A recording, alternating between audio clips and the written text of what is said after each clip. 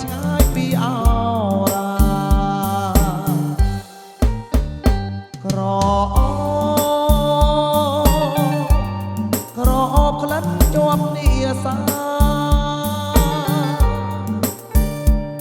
ក្លិនកាដែលព្រាត់គ្នាមកជាយូអីលើម្ចាស់ក្លិនអើយនៅទីណាក្លិនកាដែលធ្លាប់ធ្នមមិនត្រកងរៀមនៅចាំមើលផ្លូវគ្រប់វេលាទោះជាយប់ជ្រៅយ៉ាងណាក៏ដោយបងព្រៀងដងហើ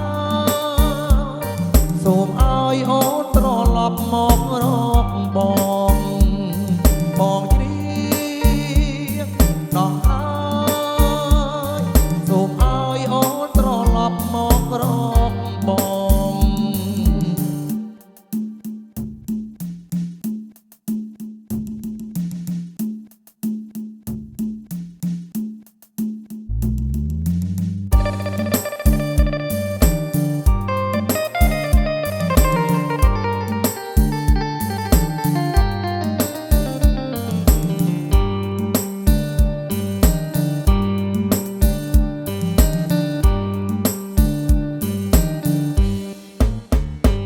យប់ជ្រៅ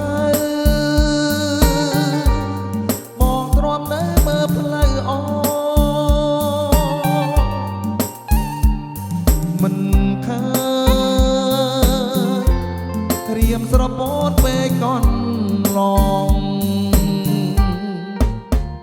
លឺតែ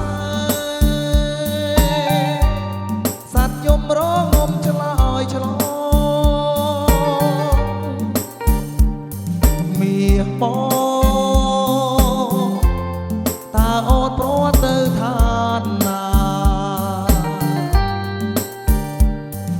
ឬមួយអូនអស់ចិត្តពីបងហើយសូមឆ្លើយឲ្យដំណឹងតាមវាតាកុំអើរៀមខ្លោចសាព្រោះស្នេហ៍ស្រី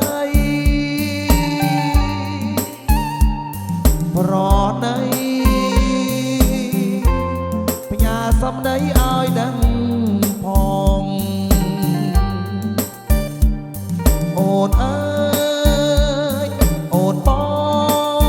ងប្រណីដល់បងផងណាអូនណាបើមិនអាសរលោករៀបរង